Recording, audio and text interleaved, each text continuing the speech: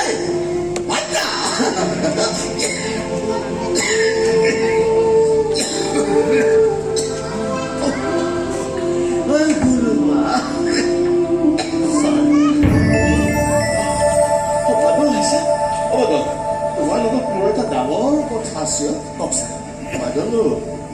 তুমি আজিকালি গুৰুমাৰ খবৰ একেবাৰে নাৰাখা নেকি তাই কেনে আছে তুমি জানা ৰাক্ষসীজনীয়ে বোলে তাইক বৰকৈ অত্যাচাৰ জানি বুজি মই তাইক নৰকলৈ দলিয়াই দিলো